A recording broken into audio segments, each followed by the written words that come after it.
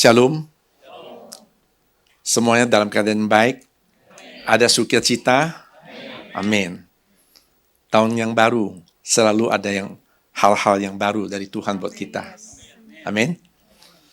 Pertama-tama saya ucapkan selamat Natal dan selamat tahun baru 2025 kepada setiap jemaat yang ada di JFC. Waktu Natal,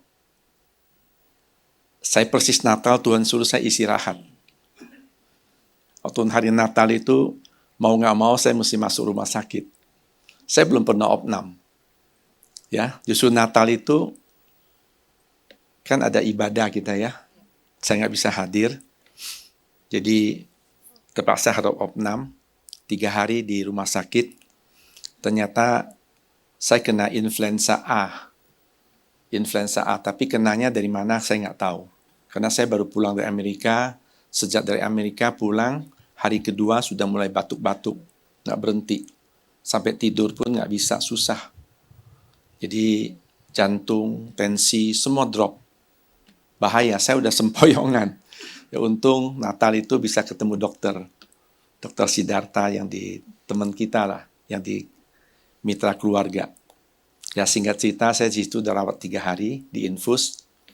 Ya puji Tuhan, harusnya minggu lalu ya saya sampaikan firman Tuhan ganti Gama ya. Jadi untuk minggu ini saya nggak boleh absen lagi. Saya berdoa sama Tuhan, Tuhan masa sih Tuhan nggak mau izinkan saya khotbah lagi? Kalau izinkan saya khotbah, pulihkan saya, sembuhkan saya. Puji Tuhan saat ini sembuh total.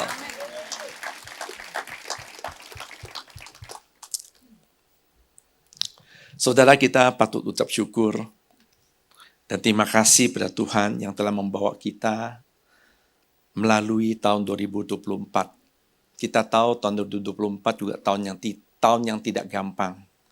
Begitu banyak hiruk pikuknya ya.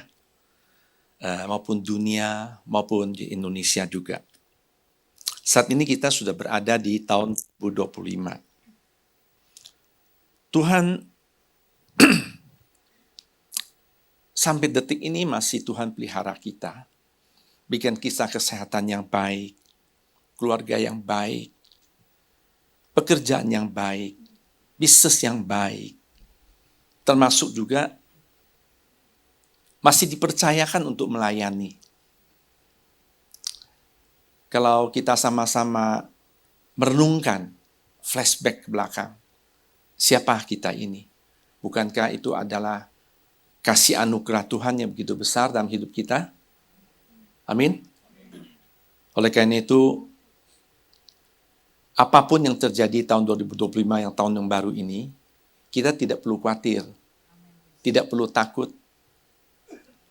Selama Tuhan menyertai kita, pasti segala persoalan akan diselesaikan. Karena Dia adalah sumber kehidupan kita. Allah yang dahsyat, Maha Kuasa, Maha Kudus, Maha Adil, Maha Tahu, Maha Kaya. Amin. Yang penting kita sebagai umatnya sungguh-sungguh mengenal Dia. Oleh karena itu, kita percaya tahun 2025 ini pasti lebih baik daripada tahun 2024. Kenapa begitu? Jangan dengar dunia. Jangan dengar orang lain. Itu banyak bisikan-bisikan. Tapi prinsipnya adalah kembali ke firman Allah. Apa kata firman Tuhan? Mari kita lihat ratapan 3. Kalian di pinggir aja, jangan di tengah. Yuk kita sama-sama baca ya. 1, 2, 3. Habis-habisnya rahmatnya.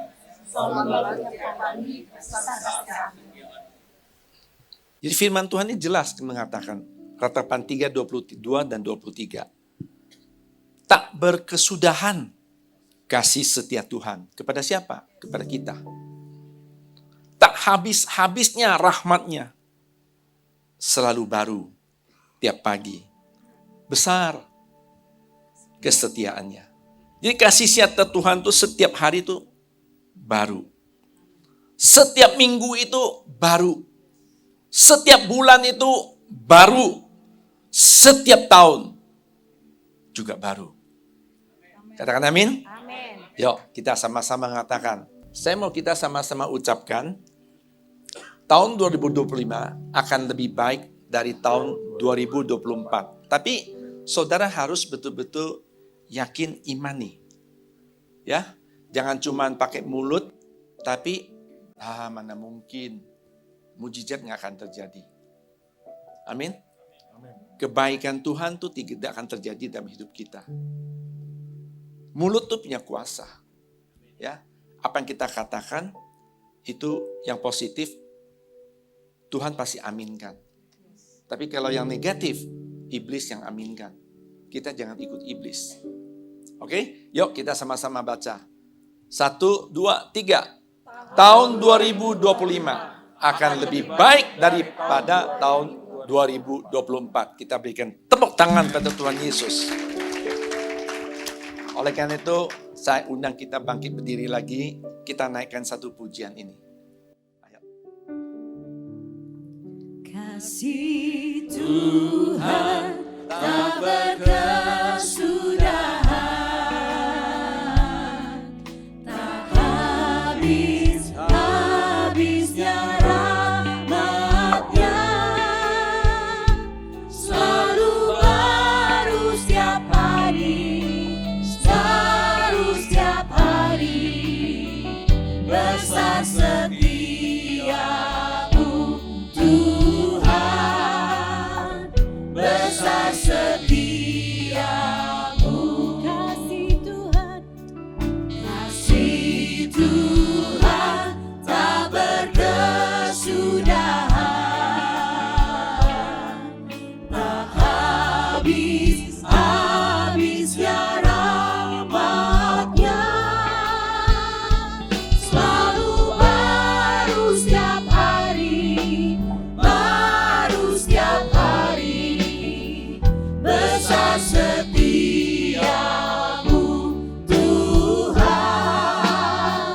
besar setiamu,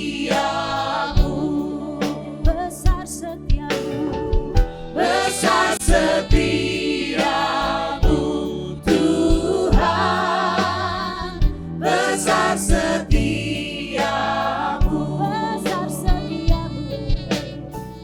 besar setiamu Tuhan, besar setiamu.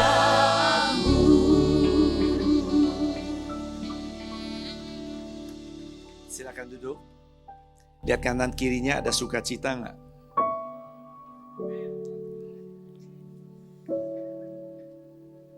Sekarang boleh duduk. Ya. Tapi nanti mesti nyanyi lagi ya. Untuk masuk tahun yang baru ini, tahun 2025, memang saya berdoa sama Tuhan. Tuhan, apa yang harus saya memberikan pesan kepada jemaat yang di JFC ini? Banyak. Ada kira-kira 20-an. Nggak kelar lah ya hari ini ya. Jadi saya pilih hanya 2 pesan. Pesan ini penting buat kita masuk yang tahun baru ini supaya kita menjalankan hidup ini sesuai dengan tuntunan firman Tuhan. Di samping dari saya yang sampaikan, tentu banyak hamba-hamba Tuhan setiap minggu, setiap waktu ya sharing juga saudara harus amati, responi firman Tuhan dengan yang baik. Yang pertama, masuk tahun 2025 ini, itu dikatakan jaga mulut.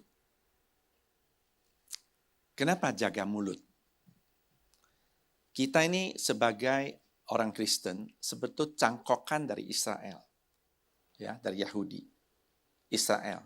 Karena penolakan mereka pada Tuhan Yesus sehingga kita diberi kesempatan untuk terima Tuhan Yesus, percaya. Kita ini cangkokan. Aslinya itu mereka, ya.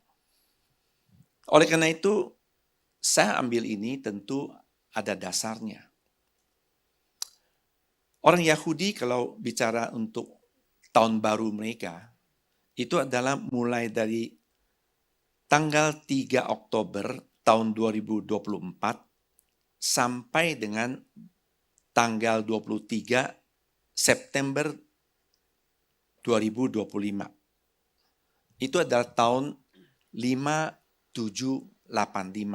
Artinya bangsa Israel ini sudah menjalankan perjalanan bangsa ini sudah 5.785 tahun. Ini perayaan mereka. Ya, perayaan mereka. Oleh karena itu, setiap tahun ada arti dari angka ini, 5785, tapi ambil hanya angka yang 85. Artinya 80, ya. 85 itu terdiri dari 85 terdiri 80 dan 5. 80 itu artinya ada P. P itu digambarkan seperti mulut. Ya, mulut. Kalau He itu adalah huruf alfabet Ibrani itu adalah artinya itu adalah angka 5, itu adalah kasih karunia Tuhan. Nah, karena tahun 5785 itu ada 2 kali angka 5. Artinya kita diberikan kesempatan untuk masuk tahun 2025 ini mengalami ya, tahun 5785 ini kita mengalami masuk tahun 2025 ini mendapatkan kasih karunia Tuhan yang ganda.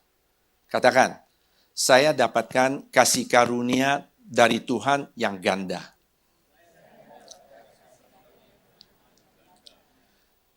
Kalau kita tahu kita bakal dapat kasih karunia yang ganda dari Tuhan, apa yang harus kita lakukan? Ya, tentu karena angka 5 itu 2 kali, 5, 7, 8, 5, ya, 5 di depan, 5 di belakang. Nah, jadi kunci untuk setiap kita nih mengalami kasih karunia Tuhan yang ganda itu adalah mulut kita harus kita jaga. Kita sekarang lihat firman Tuhan, apa kata firman Tuhan tentang mulut. Nah, kunci untuk mendapatkan kasih karunia ganda adalah mulut. Ya, kita akan bahas tentang soal mulut atau lidah kita adalah anggota tubuh kita yang terkecil, tapi sangat pengaruh dalam kehidupan kita. Amsal 18 ayat 21 mengatakan, hidup dan mati dikuasai lidah. Siapa suka menggunakannya akan memakan buahnya. Ini firman, tangkap baik-baik. Ya, bagi setiap kita kalau sembarang ngomong yang enggak-enggak ya, boleh bercanda tapi bukannya sampai. Nah, saudara coba lihat hari-hari ini, saya kalau lihat di TV, berita apa itu, gara-gara cuma salah paham omong. Berantem sampai bunuh-membunuh. Antara orang tua dengan anak, anak dengan orang tua, dengan saudara, dengan siapa aja gitu. Kita lihat lagi di Matius 12 ayat 36 dan 37. Aku berkata kepadamu, setiap kata-kata gegabah atau sia-sia ya, gegabah atau sia-sia, yang diucapkan orang akan dipertanggungjawabkan pada hari penghakiman. Sebab menurut ucapanmu, engkau akan dibenarkan. Dan menurut ucapanmu pula, engkau akan dihukum. Ini semua firman ya, bukan saya yang katakan. Kalau kita sudah baca begini, kita renungkan. Selama ini dalam kehidupan kita ini, betul nggak terjadi hal-hal yang tidak baik itu dari perkataan kita. Nah, saya coba lihat, saya kasih lagi lihat di sini ada karikatur. Saudara lihat, di sini kan ada kata-kata nih, ya. Di sini tulisnya gini. Jika telingamu mendengar cerita tentang seseorang, gunakan juga matamu untuk melihat. Dan jangan lupa, gunakan akal pikiranmu untuk menilai. Setelah itu, barulah gunakan mulutmu untuk berkomentar. Tapi hari-hari ini bukan hanya mulut saja, termasuk jari kita. Sosmed, ya, kirim sana, kirim sini, hoax macam-macam, ya. Nah, firman Tuhan Yakobus 3 ayat 5a, yaitu ya, dikatakan demikian juga lidah, walaupun suatu anggota kecil dari tubuh, namun dapat memegahkan perkara-perkara besar. Di sini Rasul Yakobus mengingatkan bahwa lidah memiliki kuasa meskipun ia adalah salah satu anggota tubuh terkecil. Lidah dapat menentukan arah perjalanan hidup kita. Apakah itu menuju keberhasilan atau kegagalan? Mengalami berkat atau kutuk? Kehidupan atau kematian? Lidah dan perkataan yang kita ucapkan juga bisa menjadi pedang yang sewaktu-waktu dapat menikam diri sendiri. Senjata makan tuan. Oleh karena itu, berhati-hati kita berbicara. Khusus masuk tahun 2025 ini, Tuhan sudah memberikan pesan pada kita. Amin. Yang percaya katakan amin. Nah, ini ada satu bahasa bahasa Mandarin ya. Saya mungkin yang ngerti Mandarin bisa lihat. Tapi saya ada terjemahkan. Bing chung kou ru, ho chung kou chu. Segala penyakit dari makanan yang masuk lewat mulut. Betul enggak? Betul apa enggak? Betul enggak? Yang gemuk-gemuk ya. Yang kolesterolnya tinggi, yang jantungnya masalah atau apa semua itu, betul enggak dari penyakit dari makanan? Itu dari mulut, dari makanan. Hati-hati kontrol, ya. Dan segala malapetaka, ya, ho chung kou chu, segala malapetaka dari kata-kata yang keluar dari mulut. Saya nggak usah panjang lebar bicarakan hal ini, kita sudah bisa melihat keadaan-keadaan hari-hari ini nih bagaimana yang sedang terjadi di sekeliling kita. Ya. Yakobus 1 ayat 19 mengajarkan kita, hai saudara-saudara yang kukasihi, ingatlah hal ini. Setiap orang hendaklah cepat untuk mendengar, tetapi lambat untuk berkata-kata, dan juga lambat untuk marah. Saya juga hubungan kan saya juga punya istri, punya anak, mantu, cucu ya. Saya juga belajar. Sampai hari ini, sudah umur 70, mau masuk 73 tahun ini, saya masih terus belajar bagaimana untuk berkata-kata yang baik. Atau istri lagi marah, ngoceh gitu ya. Ya kita dengerin dulu lah, jangan counter. Ya, jangan counter. Sebaliknya kalau saya lagi ngomong, ya tolong jangan counter juga. Nanti jadi pertengkaran. Jadi nanti perang piring terbang namanya. Enggak, itu bercanda ya. Ini semua saya bicarakan ini firman. Jadi ada firman juga, kita hidup di dunia ini, kaki kita masih menginjak bumi, kita tahu ada namanya istilah itu tabur tuai. Ya. Kalau orang luar banyakan ngomong tuh karma, tapi saya lebih suka ngomong tabur tuai. Apa yang kamu tabur itu akan tuai. Tuainya kapan? Bisa segera, bisa nanti, kita tidak tahu. Tapi belajarlah selalu tabur yang baik. Galatia 6 ayat 7 mengatakan, jangan sesat. Allah tidak membiarkan dirinya dipermainkan. Karena apa yang ditabur orang, itu juga yang akan dituainya. Karena itu, hati-hatilah dengan mulut kita, perbuatan kita, kata-kata kita, itu termasuk juga dengan jari-jari kita sekarang ini yang suka main medsos, ya, Instagram, TikTok, Facebook, dan lain-lainnya. Banyak belajar untuk kontrol diri. Belajar untuk penguasaan diri, termasuk juga ucapan kita. Taburlah yang baik semua, maka kita akan menuai yang baik. Amin. Ini pesan yang pertama. Sekali lagi, jaga mulut. Ayo sama-sama ngomong. Jaga mulut. Ya. Yang kedua, Tuhan memberikan pesan, apapun yang terjadi di tengah-tengah kita ini nanti, Tuhan pesan, menantikan Tuhan. Arti menantikan Tuhan itu hanya berharap pada Tuhan. Mazmur 27 ayat 14 mengatakan, nantikanlah Tuhan, kuatkanlah dan teguhkanlah hatimu. Ya, nantikanlah Tuhan. Ini firman Tuhan ini mengingatkan kepada setiap kita. Orang yang menanti-nantikan Tuhan adalah orang yang selalu mengandalkan Tuhan. Berharap pada Tuhan. Serta selalu menjaga persekutuan yang baik dengan Tuhan. Menjaga hubungan yang intim dengan Tuhan.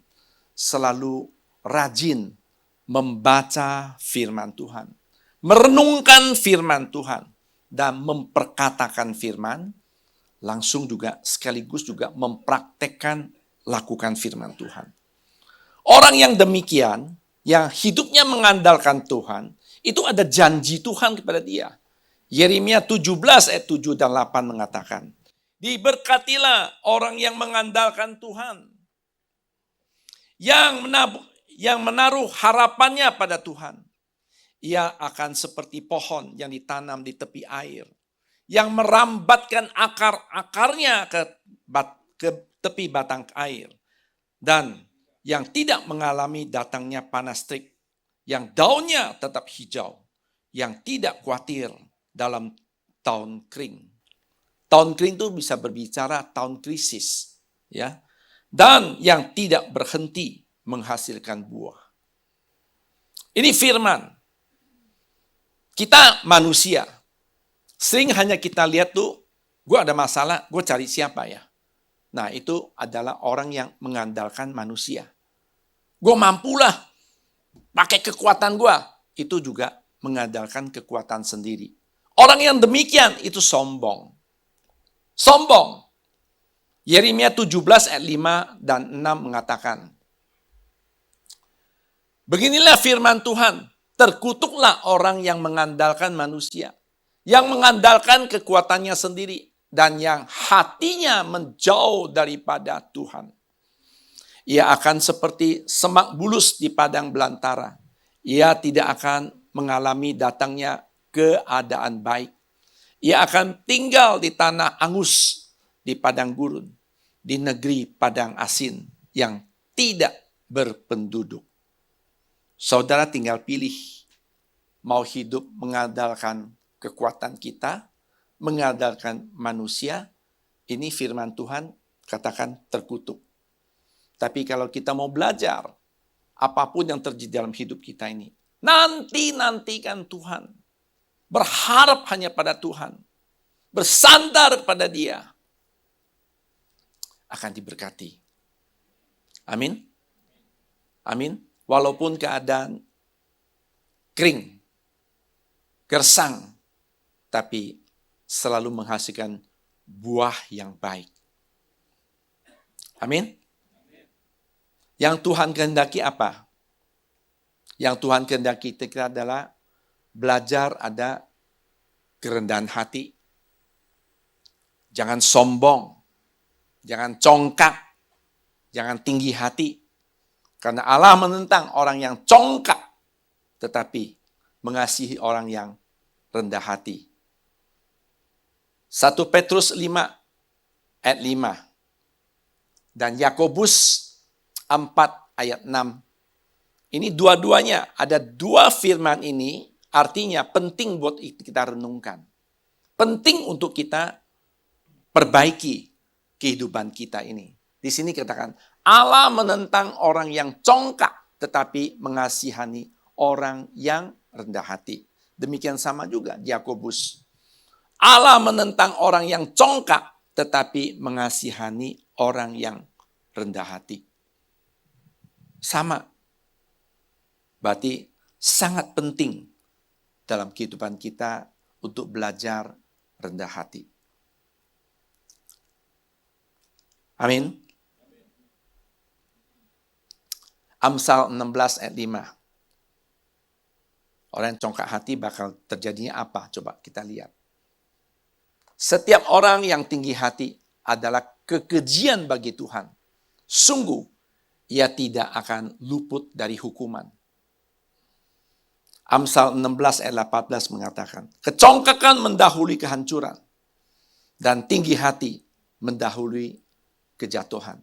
Bukankah kita sering lihat orang tadinya hebat, sombong gini-gini. Karena sombong itu adalah congkak. Itu mendahului kehancuran.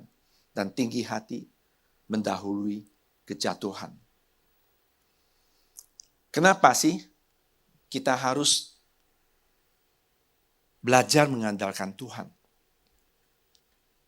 Ini saya akan masuk ke topik yang lebih dalam lagi, supaya kita sama-sama mengerti, lihat keadaan zaman saat ini.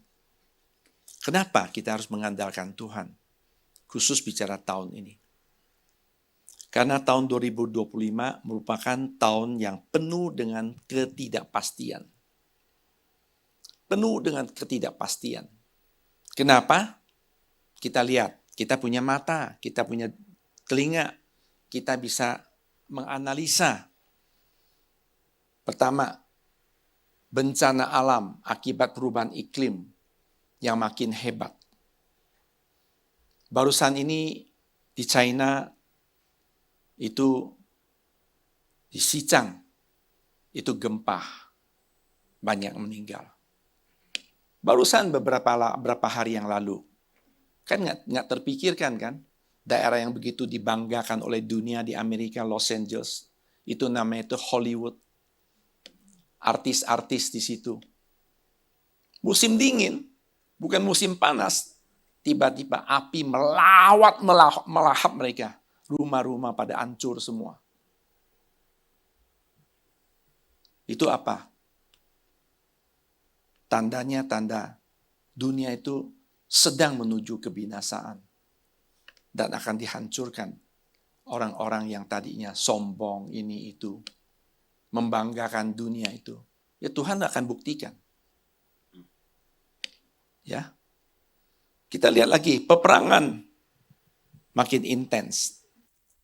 Perang antara Ukraina dengan Rusia masih belum beres. Israel dengan Hamas, Hizbullah, Iran, Houthi, dan urusan di Timur Tengah makin panas. Perang dagang lagi antara China dan Amerika. Makin gak jelas. Krisis pangan akan terjadi. Krisis energi juga akan terjadi. Ini semuanya nih.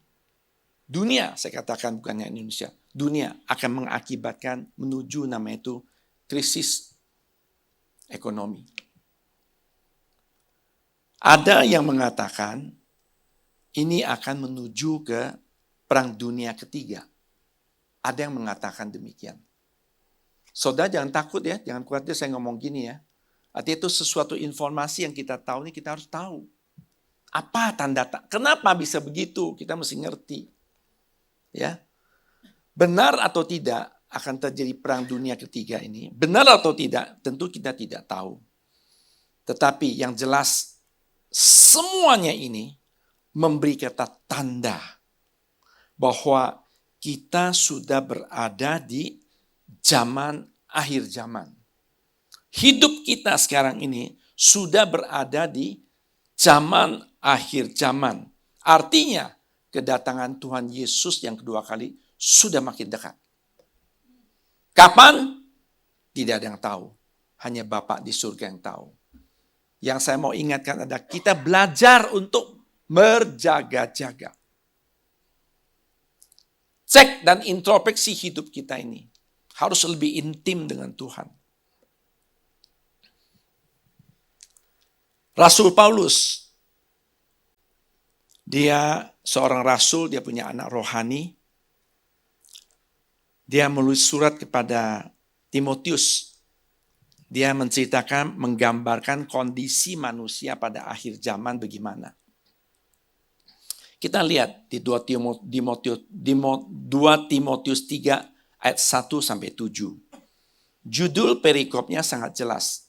Kondisi manusia pada akhir zaman. Sekali lagi bukan saya yang bicara, tapi ini firman. Saya bacakan. Kondisi manusia pada akhir zaman.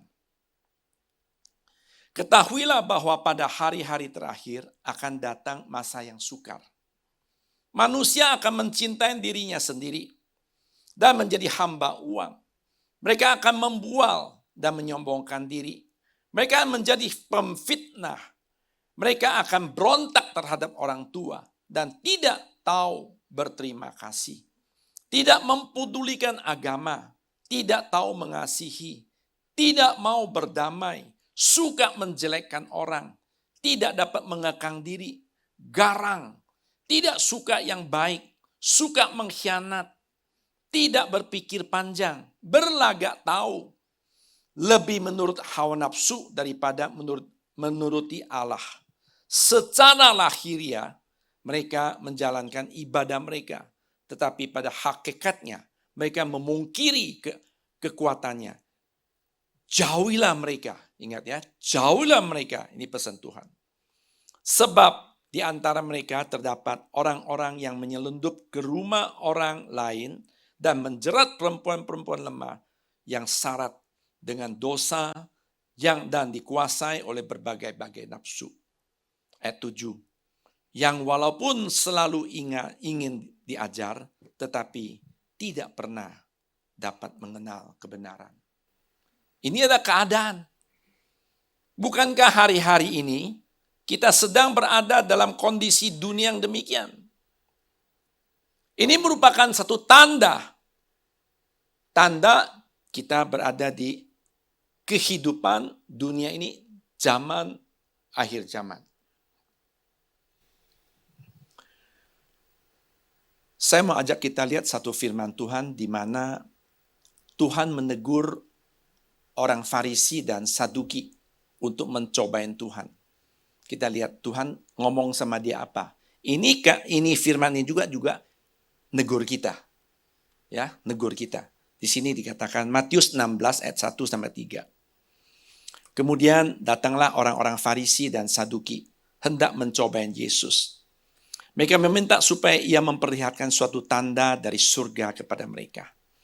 Tetapi jawab Yesus kepada mereka, pada petang hari, karena langit merah, kamu berkata, hari akan cerah. Dan pada pagi hari, karena langit merah dan redup, kamu berkata, hari buruk. Rupa langit, kamu tahu, membedakannya. Tetapi tanda-tanda zaman tidak. Tuhan Yesus juga ingatkan kepada kita, menegur pada setiap kita. Jangan kita hanya pandai melihat tanda-tanda langit. Tapi kita punya telinga, kita punya mata, kita bisa menganalisa, kita lihat sekeliling kita, dengar apa yang terjadi di dunia ini. Supaya kita hidup lebih bijaksana untuk mengantisipasi kedatangan Tuhan Yesus yang kedua kali sudah makin dekat. Ini tanda. Ya. Tanda-tanda ini memberitahu kepada kita, dan saudara nanti pulang tolong baca di Matius 24. Itu juga jelas itu bicara soal tanda-tanda akhir zaman. Dalam masa akhir zaman ini akan datang masa yang sukar. Tadi firman Tuhan juga sudah katakan, akan datang goncangan-goncangan. Goncangan apa yang akan terjadi? Kita tidak tahu. Tuhan yang paling tahu. Melalui Roh Kudus. Oleh karena itu kita selalu harus peka akan suara Tuhan. Belajar, nanggapi. Namun dalam setiap goncangan juga ada kesempatan. Seperti kata krisis. Bahasa Mandarin itu weiqi. Di sini weiqi. Weiqi itu weisian. Bahaya, krisis. Qi itu adalah jihui, kalau ngomong Mandarinnya. Itu kesempatan. Saya selalu merenungkan, kalau terjadi apapun juga saya selalu ingat kata ini. Dua huruf, tapi bisa lengkap untuk kita renungkan, kita bisa tahu apa yang harus kita lakukan. Saudara yang dikasihi Tuhan Yesus, kita juga dapat belajar, tadi saya katakan, Weiqi ya, tadi karena ada goncangan, ada hal-hal yang bakal terjadi apa ke depannya kita tidak tahu, tapi di tengah-tengah goncangan selalu ada kesempatan. Nah, saya masuk di Weiqi ini supaya kita sama-sama menangkap di tengah-tengah krisis, di tengah-tengah ada goncangan, di tengah-tengah ada masalah apapun yang terjadi, kita harus tetap tenang. Nggak boleh gebruk, mesti tenang. Doa. Apa yang harus kita lakukan? Kita coba flashback, kita belajar. Saya lahir di tahun 52, tentu yang saya tahu punya saya bisa cerita. Kita pernah alami krisis waktu tahun 65. Betul ya? 65 Gestapo kan? Gestapo order lama pindah ke order baru. Itu pertama. Kedua, buat saya ada tahun 97-98. Krisis moneter. Mulai dari Thailand, hantam ke Indonesia. Di tahun 98, dolar sudah di atas 15.000. Itu dari tadinya 2.000 menjadi 15-16.000. Itu krisis moneter. Banyak bank, bangkrut, perusahaan bangkrut, macam-macam itu krisis moneter. Ya. Termasuk barusan bulan lama, tahun 2020, COVID. Kita sekarang nggak tahu di depan apa, ada apa lagi, gue nggak tahu. Ya, tapi saya mau ceritakan kejadian-kejadian ini. Saya flashback lihat dalam kehidupan pribadi saya, melihat selalu adalah kesempatan.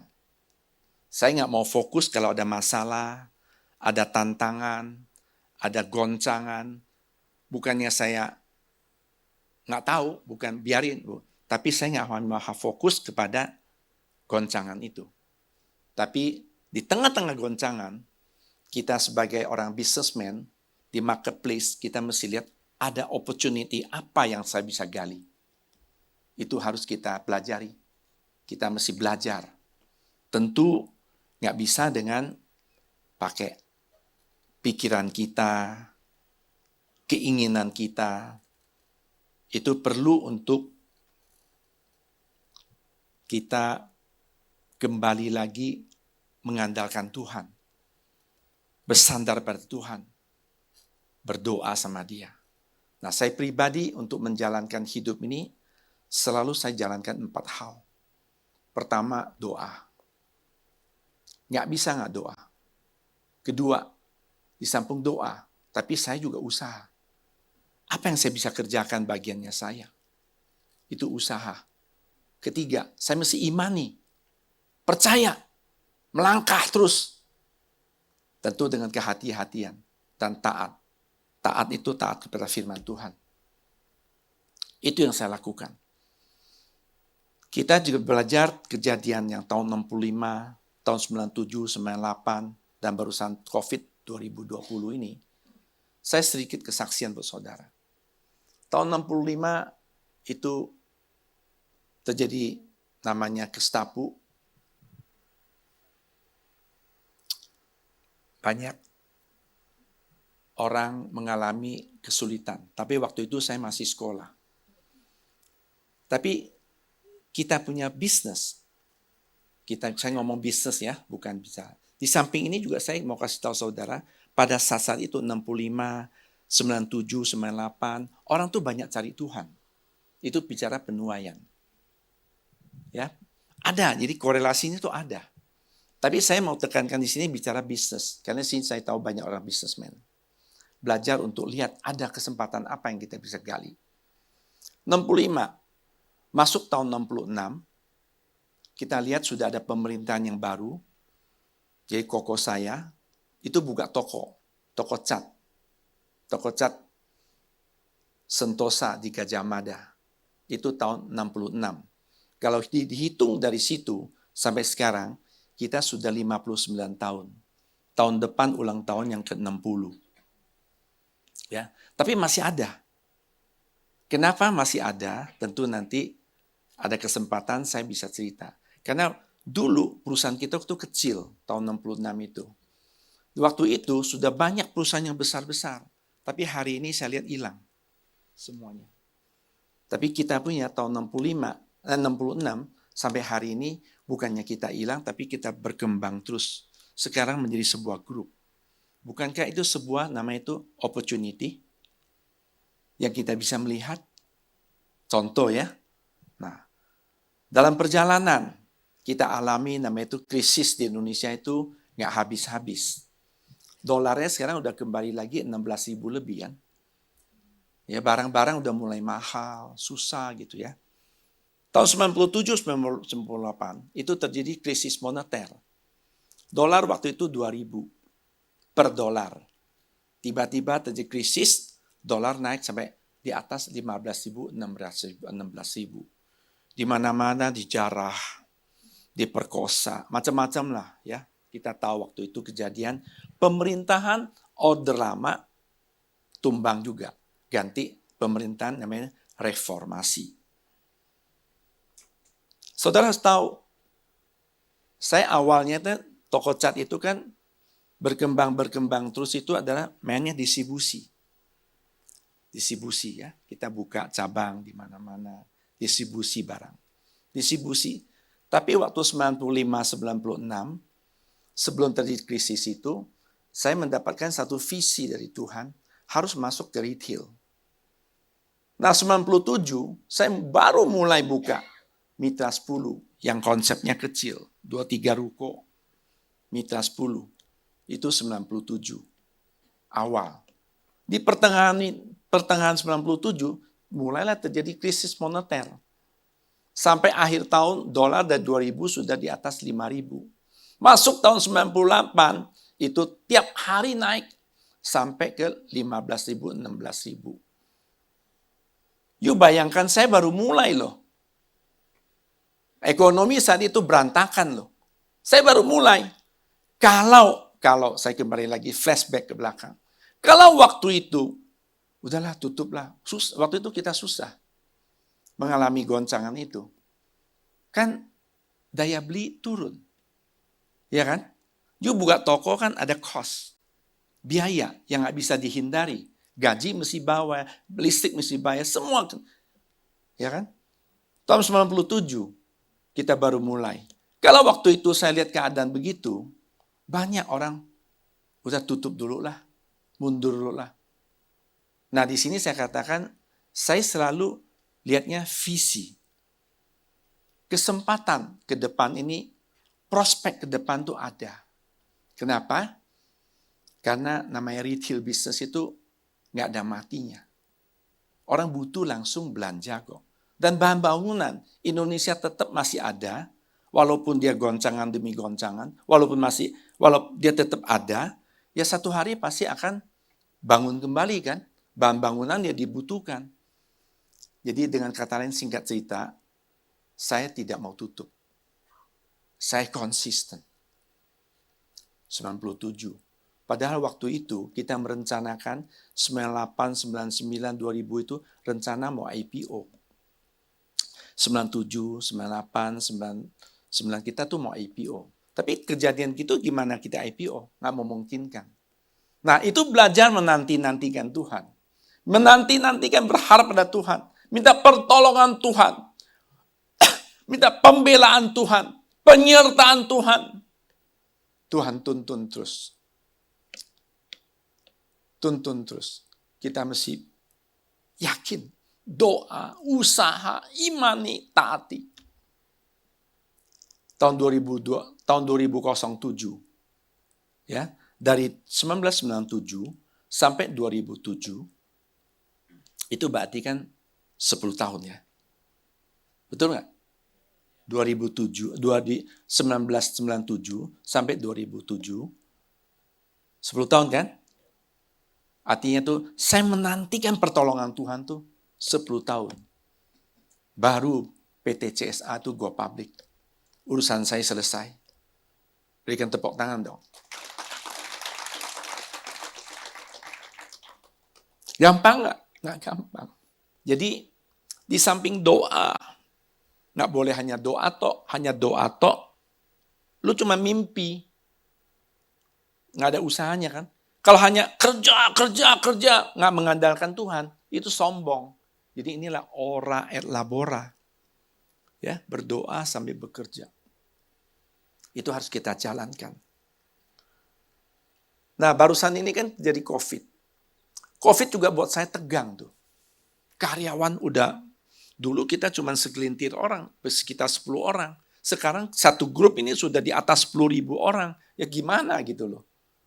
COVID, tiba-tiba bisa ini tutup, itu tutup, gimana? Puji Tuhan. Bisnis kita boleh jalan. Tapi juga gak gampang. Mesti ini, mesti itu, gak gampang. Bayangkan semua perusahaan, banyakkan saya tanya. Mereka bilang, aduh gue lagi susah, bisnis gue drop. Tapi puji Tuhan Mitra 10 bukan drop, naik. Saya konsisten, walaupun waktu krisis COVID itu, kan kita tahu semuanya kan, banyak restoran lah, apalah yang mall lah pada tutup itu segala itu kan. Kita tetap konsisten, tiap tahun buka 4 outlet. Itu duit dari mana kalau bukan Tuhan yang tolong?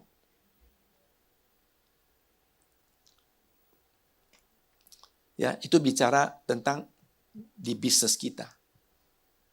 Saat ini Mitra 10 sudah punya 56 outlet. Tersebar sekarang udah bukan kecil-kecil, tapi udah besar-besar. Satu toko aja bisa 5-6 ribu meter untuk selling space-nya. Ya kan? Itu kelola tuh nggak gampang. Banyak tuh bukan hanya building material, home appliances, elektronik, houseware, furniture. Kita klaim di bisnis kita itu adalah one stop shop. Gitu loh. Datang lengkap. You mau pilih aja apa aja ada. Bukan sempurna, tapi kita terus belajar untuk memperbaiki terus. Dan target, kembali lagi target. Ini bicara bisnis sedikit ya, nyimpang. Target kita ini tahun 2030, saya harus punya 100 toko. Artinya masih kejar 44 toko. Sekarang 56. Ya. Nah, saya ceritakan begini, kejadian COVID, apa segala gitu. Saya selalu tidak mau fokus kepada masalah. Kalau kita hanya bergumul masalah terus, kesempatan kita nggak dapat. Kita mesti belajar dari sisi keluar paradigma kita itu. Lihat opportunity apa yang kita bisa ambil. Di sini banyak businessman, ya, sama-sama. Yang penting kalian belajar menanti-nantikan Tuhan. Berharap pada Tuhan. Amin. Untuk itu, Tuhan berpesan pada kita di tahun 2025 ini, sangat penting untuk namanya itu menanti-nantikan Tuhan. Menguatkan dan meneguhkan hati kita. Hanya berharap dan mengandalkan Tuhan saja. Amin. Seperti dalam Mazmur 123 ayat 2 mengatakan, lihat seperti mata hamba laki-laki memandang kepada tangan tuannya. Seperti mata hamba perempuan memandang kepada tangan nyonyanya. Demikianlah mata kita memandang kepada Tuhan Allah kita sampai Ia mengasihani kita. Saudara yang kasih Tuhan Yesus, ayat ini menggambarkan dulu di zaman Romawi itu, mereka kan beli manusia itu jadi budak. Ya, setelah dia beli budak itu, apa yang tuan dan nyonyanya mau, dia harus kerjakan. Dia nggak bisa nolak punya. Dan dia nggak berani muka tatap muka, nggak berani, nggak seperti sekarang. Ya, kalau dulu tuh nggak bisa, mereka nggak bisa tatap muka. Misalnya saya nih mau tatap mukanya Pak Didi, nggak bisa. Hanya melihat apa? Tangannya yang bergerak. Suruh apa dengan tangan. Mereka lihat gerakan tangan. Nah, ini menggambarkan kita nih, manusia. Kita nih gak ada apa-apa. Kita lemah. Kita nih rapuh. Kita perlu Tuhan. Kita perlu Tuhan untuk tolong kita. Dalam keadaan apapun juga yang terjadi dalam hidup kita ini. Sampai menjawab pergumulan kita. Sampai Tuhan mengasihan kita. Menantikan Tuhan kadang juga bisa lama. Seperti tadi saya cerita tentang soal mitra, kita punya grup ya. Mau mulai IPO 97-98 tapi nggak jadi. Tunggu sampai 2007. Tepat waktunya kita IPO. Nah, demikian juga kita manusia menantikan Tuhan itu kadang-kadang bisa lama. Mazmur 130 ayat 5-6 mengatakan, aku menanti-nantikan Tuhan, jiwaku menanti-nantikan, dan aku mengharapkan firman-Nya. Jiwaku mengharapkan Tuhan lebih daripada pengawal berharap pagi. Lebih daripada pengawal berharap pagi. Artinya di sini seperti seorang pengawal di malam hari mengharapkan datangnya pagi. Perlu tunggu terus gitu. Nah, dalam menantikan Tuhan bukan berarti kita tidak melakukan apa-apa. Diam aja, bukan. Melainkan kita tetap melakukan bagian yang kita. Saya selalu berdoa sama Tuhan. Tuhan, aku ini hamba-Mu. Aku ini anak-Mu. Aku ini milik-Mu, Tuhan. Aku melakukan bagian yang aku dapat lakukan. Tapi Tuhanlah yang hidup, yang ajaib, yang dahsyat, yang maha kuasa. Maha kudus, maha adil, yang maha kaya. Melakukan bagian yang apa yang aku tidak dapat lakukan. Aku serahkan Tuhan semua dalam tangan-Mu. Kehendak-Mu saja yang terjadi atas kehidupan aku. Saya selalu berdoa demikian. Artinya itu kita bukan artinya menantikan Tuhan terus nggak lakukan apa-apa. Yang tadi saya bilang ora et labora. Ya, berdoa minta hikmat dari Tuhan. Nah, seperti di Alkitab Rasul Paulus saat dia di penjara Filipi, dia ditangkap untuk menantikan keputusan dari Kaisar. Waktu itu Paulus tulis surat kepada jemaat di Filipi.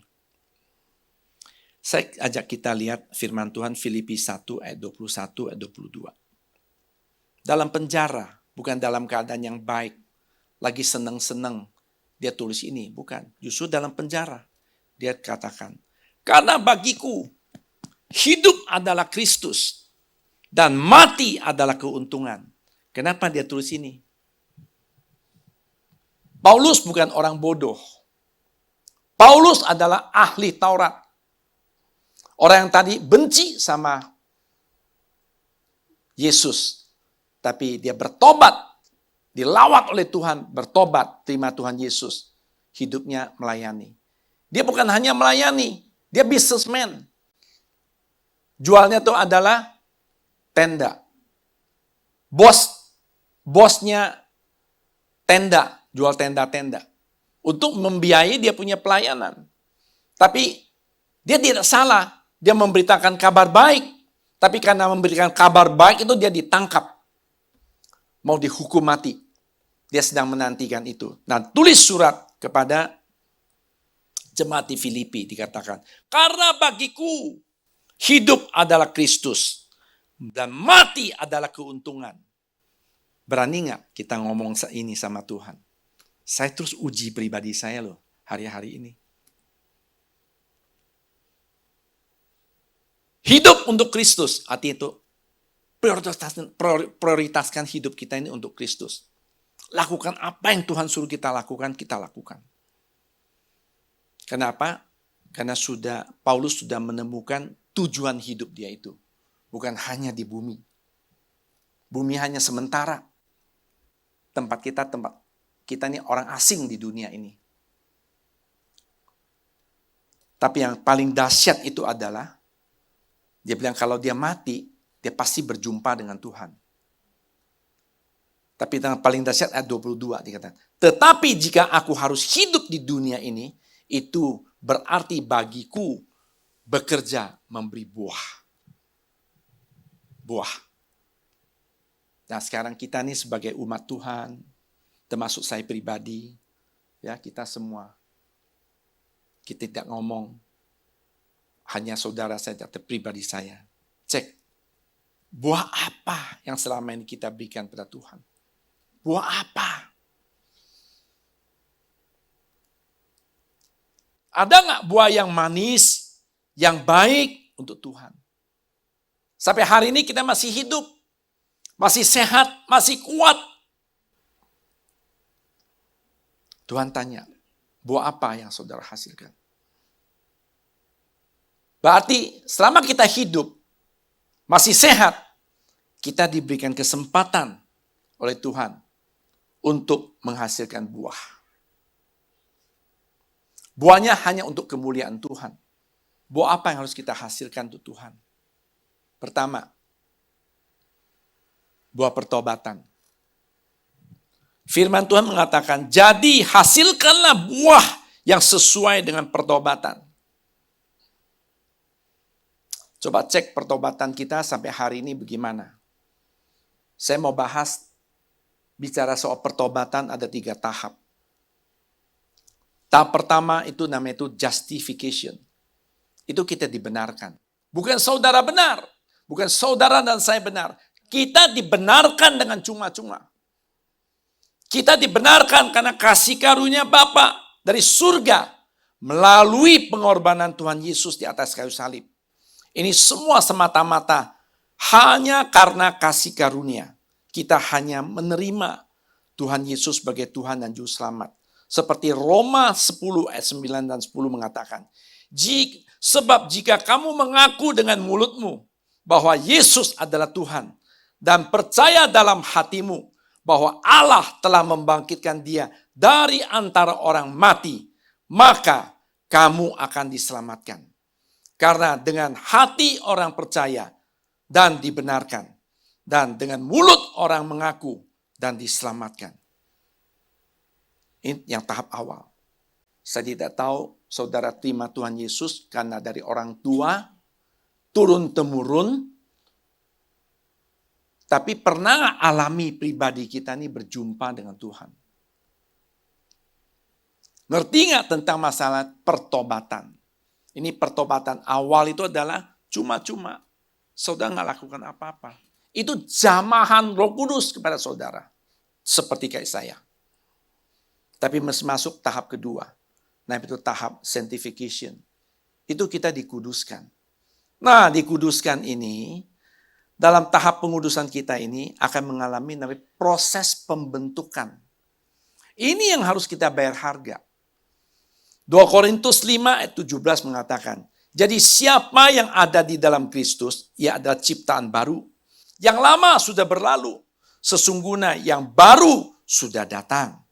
Di tahap ini, kita harus belajar namanya itu bayar harga.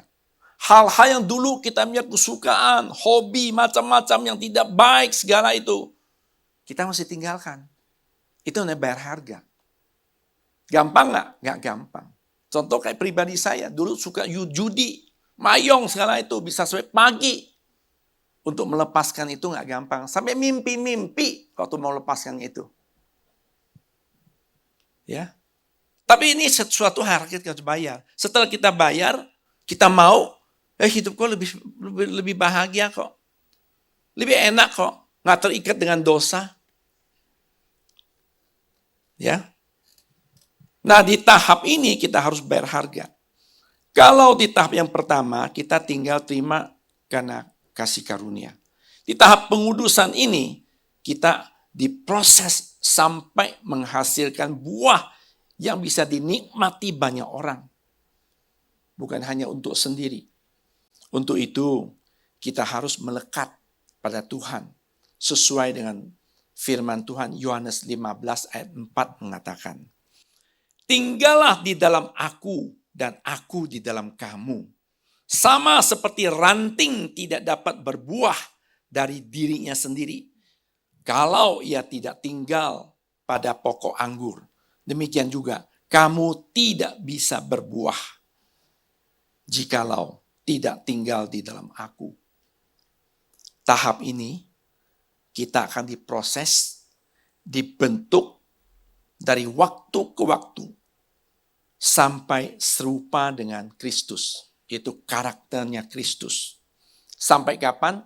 Sampai Tuhan Yesus datang kembali.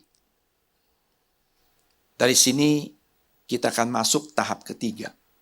Itu tahap glorification. Bicara itu kemuliaan. Kita terangkat. Ini bicara pertobatan. 3 tahap ini yang paling penting buat kita itu bukan awalnya. Tapi yang kedua, sanctification. Mau belajar untuk berharga. Dari situ, baru hidup kita ini dipimpin oleh roh. Bukan lagi daging. Itulah kita bisa menghasilkan buah roh. Buah roh itu apa yang kedua ya? Ini buah roh. Buah roh itu apa? Kita sudah dipimpin oleh roh. Roh itu menuju kekekalan. Daging menuju ke binasaan. Itu dunia. Nah, menghasilkan buah apa? Buah roh. Buah roh yang pertama adalah kasih. Sukacita, damai sejahtera, kesabaran, kemurahan, kebaikan, kesetiaan, kelemah lembutan, penguasaan diri. Dan tidak ada hukum yang menentang hal-hal itu. Ini buah roh. Ingat, setiap orang percaya sudah dipimpin oleh Roh Kudus. Bukan lagi daging. Bukan apa yang gue inginkan. Tapi apa yang diinginkan oleh Tuhan melalui Roh Kudus. Kalau hidup kedagingan kita seperti apa? Galatia 5 ayat 19-21 mengatakan ini. Perbuatan daging telah nyata. Percabulan, kecemaran, hawa nafsu, penyembahan berhala, sihir, perseteruan, perselisihan, iri hati, amarah, kepentingan diri sendiri, percitraan, roh pemecah, kedengkian, kemabukan, pesta pora, dan sebagainya. Terhadap semuanya itu, kuperingatkan kamu. Seperti yang telah kubuat. Ini Paulus yang tulis loh ya. Dia sudah dulunya dia perbuat demikian. Dia peringatkan kepada kita bahwa barang siapa melakukan hal-hal yang demikian, ia tidak akan mendapat bagian dalam kerajaan Allah. Kalau bukan dapat bagian kerajaan Allah itu di mana? Di mana coba saya mau tanya? Hidup selama kita hidup ini cuma 2 jalan kita pilih. Mau pilih ke surga atau neraka. Nggak ada yang tengah-tengah. Itu roh pentayangan nantinya. Lu ke neraka atau ke surga? Saya percaya semua tempat ini mau kemana? Atas atau bawah? Atas. Yang ngomong atas sebagian kok. Mau atas atau bawah? Atas. Belajar. Dari menghasilkan buah ini, bukan daging lagi, tapi roh. Kita menghasilkan buah kebenaran. Buah kebenaran itu apa? Filipi 2 ayat 5. Hendaklah kamu dalam hidupmu bersama menaruh pikiran dan perasaan yang terdapat juga dalam Kristus Yesus. Miliki pikiran dan perasaan Kristus dalam hidup kita ini.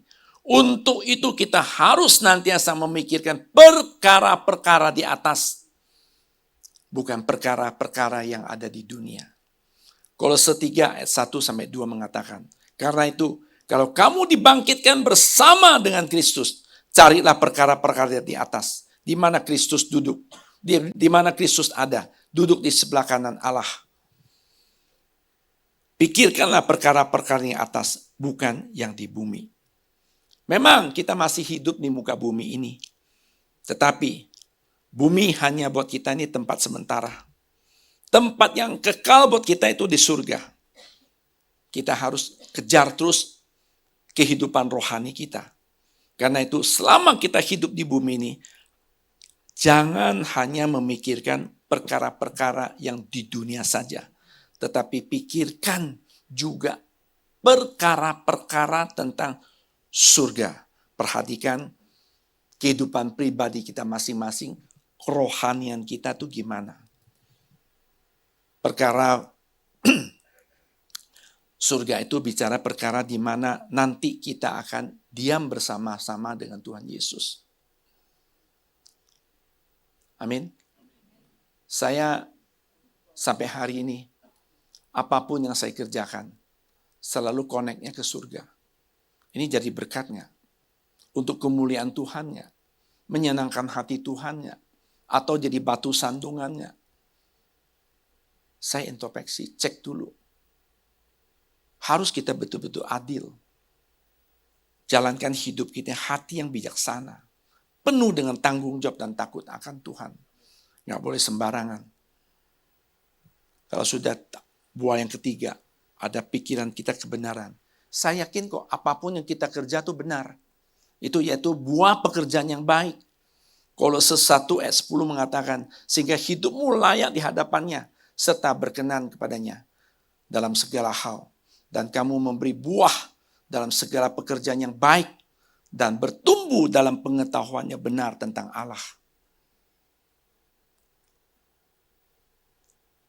Saya menjalankan bisnis, pelayanan, dalam keluarga apapun juga saya lakukan.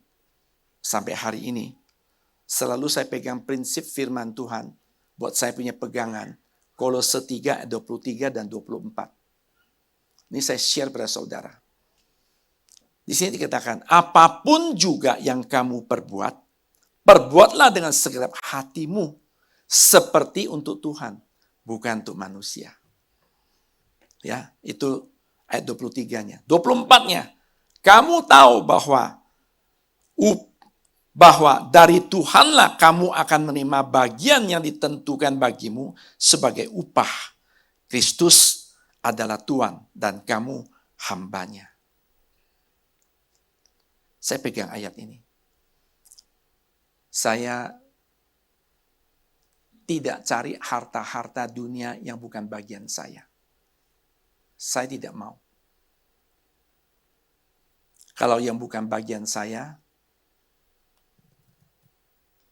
tidak mau rampas orang lain punya.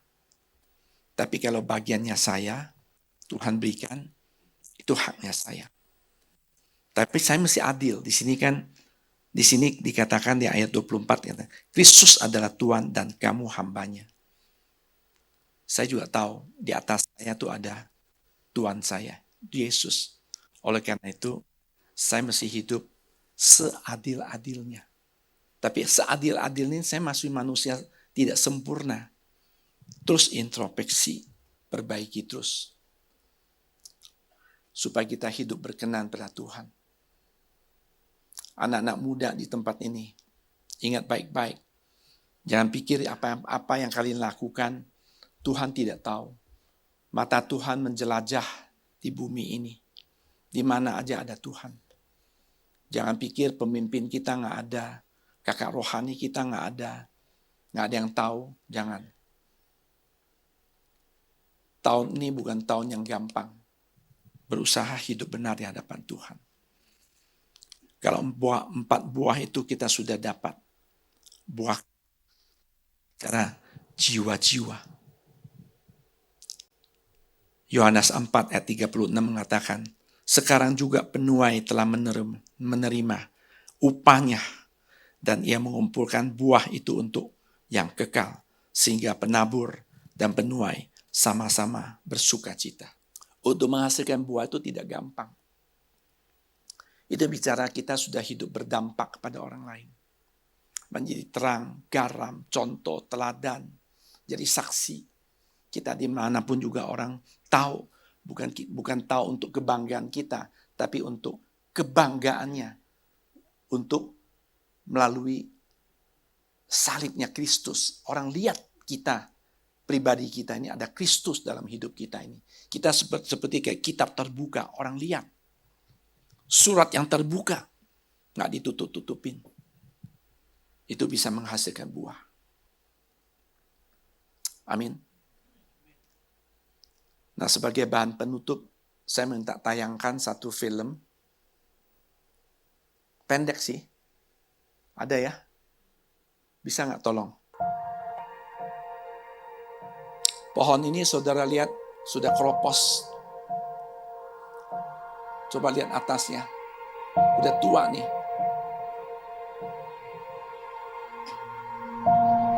Tapi masih bisa menghasilkan buah yang begitu banyak. Buah begitu banyak.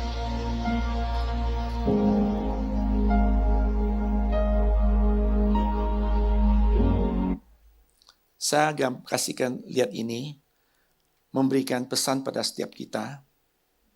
Bicara berbuah itu tidak bicara umur.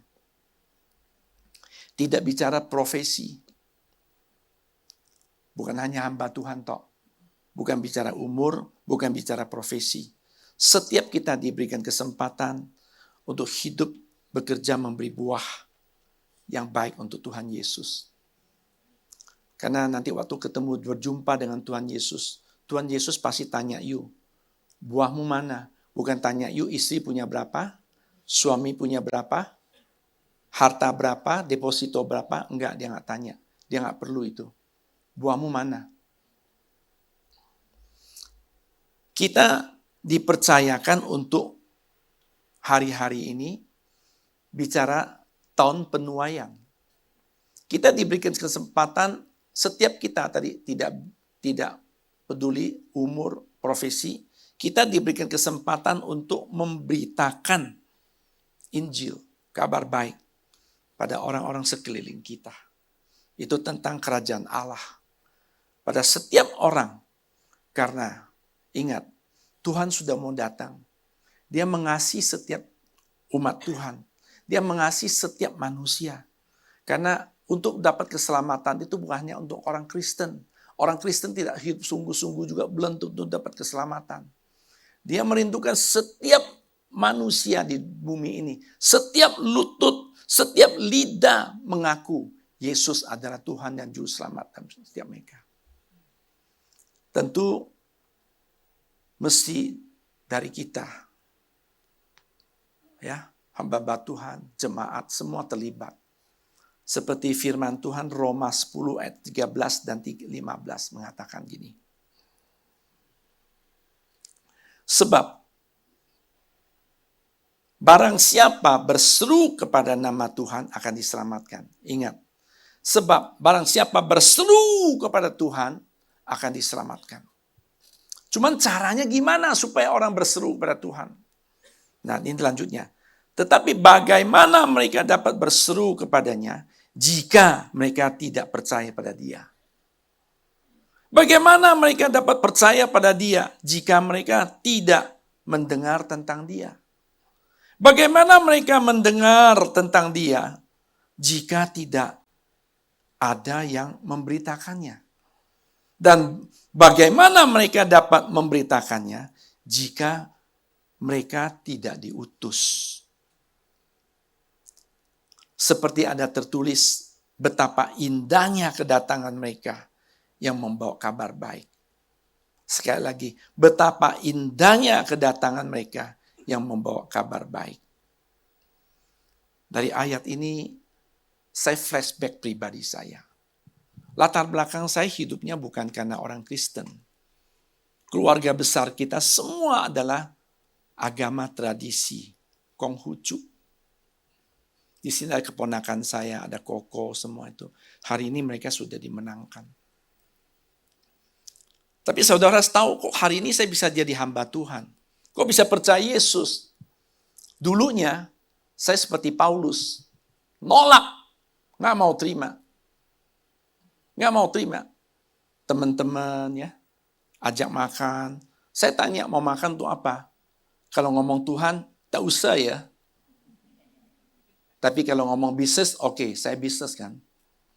Begitu banyak teman saya yang punya hati, kembali lagi, yang punya hati kerinduan untuk saya diinjili. Nggak gampang. Tapi mereka tetap punya hati. Ada yang mendoakan, ada yang mengajak. Nah, singkat cerita, saya diajak sama teman-teman businessman pergi ke Eropa. Sebelum ke Eropa, mampir dulu ke Israel. Nah, di Israel, saya dijamah Tuhan. Yang bikin saya bertobat tuh bukan mereka. Mereka hanya lakukan bagiannya mereka. Yang bikin saya bertobat itu adalah Roh Kudus. begitu banyak yang ajakin saya nggak mau, saya tolak terus masih Jakarta. Kok di situ saya terima? Karena Roh Kudus. Tentu ada orang yang mengajak, ada yang mendoakan, ada yang pakai strategi gimana untuk bawa saya untuk kenal Yesus. Itu adalah kasih anugerah Tuhan. Nah, di situ Israel, saya bertobat. Belum pernah pegang Alkitab, belum pernah ke gereja. Saya tanya hamba-hamba Tuhan itu, boleh nggak saya dibaptis? Saya baptis sama-sama Bu Alien di Sungai Yordan. Setelah baptis, pulang, kepercayaan saya ada jimat, ya, ada macam-macam itu loh. Semua itu saya keluarin, saya minta cari hamba Tuhan untuk doain itu semua dibakar. Sejak itu saya ikut Yesus. Saya ikut Yesus itu mulai umur tahun 39. Yaitu tahun 1991 akhir. Saya dibaptis 4 November di Israel. Hari ini saya sudah ikut Tuhan Yesus 33 tahun menuju ke 34 tahun. Nah, kembali lagi, kalau nggak ada orang yang doain, tidak ada orang yang mengajak, yang menginjili, yang memberitahukan, atau diutus, bagaimana saya bisa terima? Nggak mungkin. Saya ngomong begini, saya harap semua jemaat sudah dengar kesaksian-kesaksian saya. Saya merindukan setiap kita yang dengar firman ini, ambil bagian kita. Harus miliki hati yang mengasihi Tuhan. Mengasihi sesama kita. Siapapun juga di sekeliling kita yang kita kenal. Injili. Kasih kabar. Masalahnya dia bertobat atau tidak, itu bukan urusan kamu. Itu urusan Roh Kudus. Kenapa? Tahun-tahun ini ada tahun penuaian. Jangan kita liwatin kesempatan ini. Tahun Pentakosta yang ketiga, yang dahsyat, yang luar biasa. Banyak orang yang mengalami perjumpaan dengan Tuhan Yesus secara otentik. Tapi kita mesti punya ada waktu, hati yang mengasihi Tuhan, mengasihi sesama untuk kita kasih tahu kabar baik ini. Beritakan. Naikkan pujian. Hidupnya kesempatan. Hidup ini kesempatan. Hidup ini untuk melayani Tuhan. Saya undang kita semua bangkit berdiri. Sia-siakan waktu yang Tuhan beri. Hidup ini hanya sementara.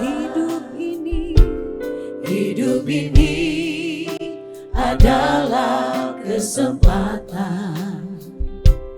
Hidup ini untuk melayani Tuhan. Jangan sia-siakan waktu yang Tuhan beri. Hidup ini harus jadi berkat. Oh Tuhan, oh Tuhan, pakailah hidupku selagi aku masih kuat. Bila saatnya nanti ku tak berdaya lagi, hidup ini sudah jadi berkat. Oh Tuhan, oh Tuhan, pakailah hidupku selagi aku masih kuat. Bila saatnya nanti ku tak berdaya lagi, hidup ini sudah jadi berkat. Bila saatnya nanti ku tak berdaya lagi, hidup ini sudah jadi berkat.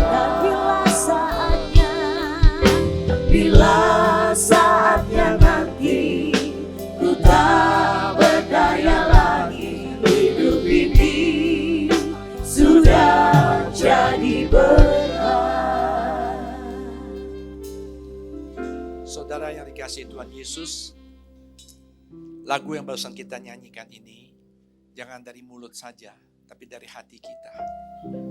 Saya hari ini sudah umur 73 tahun, menuju 73 tahun. Tapi saya masih anggap saya seperti 37 tahun. Amin. Ya. Saya selalu masih melakukan bagian apa yang saya bisa lakukan. Saya punya keluarga, punya istri, punya anak, mantu, cucu. Juga banyak masalah. Saya juga masih berbisnis. Begitu banyak perusahaan yang Tuhan percaya pas kelola. Saya mesti tangani juga. Saya melayani. Banyak yang harus saya lakukan. Tapi saya cuma doa sama Tuhan.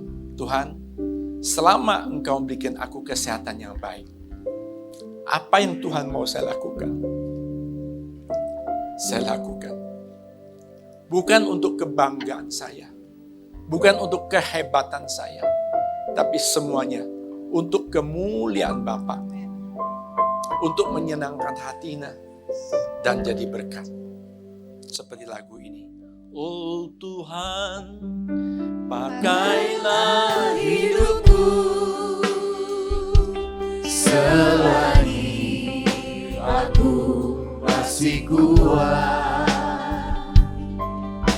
Bila saatnya nanti ku tak berdaya lagi, hidup ini sudah jadi berkat.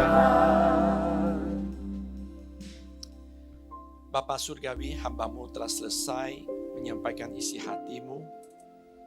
Hamba-Mu sangat percaya setiap firman disampaikan tidak akan kembali dengan sia-sia. Roh Kuduslah akan bekerja, berkarya untuk setiap anak-anak-Mu di tempat ini. Untuk mengingatkan, menasihati, menegur, menguatkan, menghibur, menolong setiap umat-Mu yang hadir sudah mendengarkan ini Tuhan. Tuntun, bimbing, serta mereka sepanjang tahun 2025 ini Tuhan. Biar segala apapun mereka lakukan Tuhan, Engkau membuatnya Tuhan menjadi berhasil, beruntung di dalam nama Tuhan Yesus. Biar nama Engkau saja dipermuliakan. Sehingga anak-anak-Mu Tuhan tidak malu Tuhan. Tolong mereka Tuhan. Makasih, Engkau baik. Syukur bagimu.